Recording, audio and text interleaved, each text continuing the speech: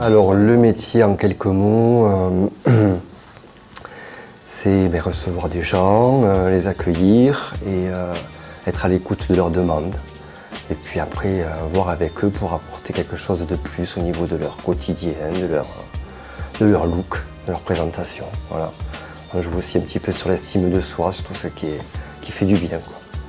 En rapport à l'image, mais pas que. Alors les tâches à accomplir, c'est principalement des coupes, des couleurs, des mèches, des lissages, des coiffages, des conseils, voilà. De l'accueil.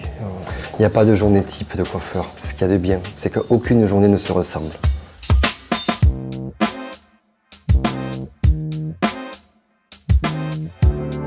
Alors la part de relation humaine, c'est le point essentiel, quoi.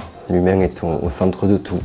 S'il n'y a pas l'humain, il n'y a pas le métier. Les gens viennent, on s'occupe d'eux, on est à leur écoute et puis chaque personne est unique. Alors à chaque fois c'est une nouvelle aventure, une nouvelle histoire. J'ai un rôle de conseiller envers le client. Les clients sont en demande de conseils.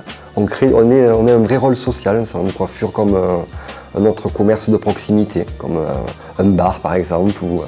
Voilà, il y a des gens qui viennent ici, des personnes pour qui c'est la seule sortie du mois, ou qui voilà, ils viennent chercher du contact, de la chaleur humaine. Donc on est là pour ça aussi, c'est important. Ça fait du bien pour nous aussi.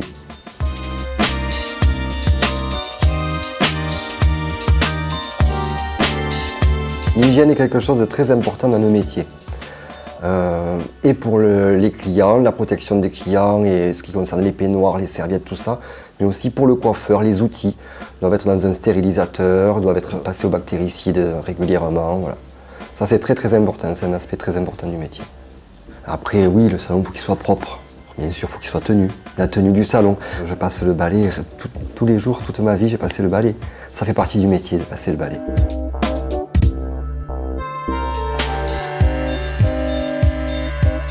Les contraintes liées au métier, ce sont voilà, la fatigue oui, physique, le fait d'être debout toute la journée. Et puis d'être investi aussi avec les gens énormément, ça demande, on est vidé à la fin de la journée, parce que moi je ne sais pas le faire à moitié, donc je suis à fond, et puis à la fin de la journée je suis fatigué, je me suis donné à 200%. Donc c'est vrai que ça fait une fatigue à la fois morale et physique. Voilà. Alors quand on est employé, salarié, c'est vrai que ça fait beaucoup d'heures.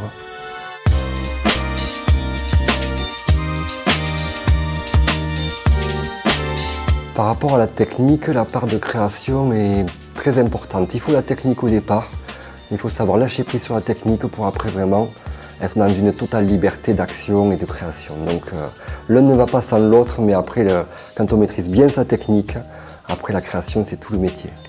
Voilà. Alors ce qui me plaît, c'est d'arriver à satisfaire les exigences. Voilà. S'il y a certaines exigences techniques, un petit peu, j'aime bien quand j'ai réussi, oui. Un challenge, quoi. Ça c'est pas mal.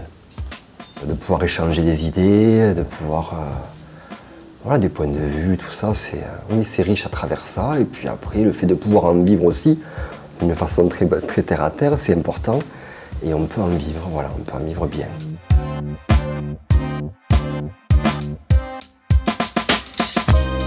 Il faut être habile de ses mains, il faut avoir de la dextérité, il faut aimer le relationnel.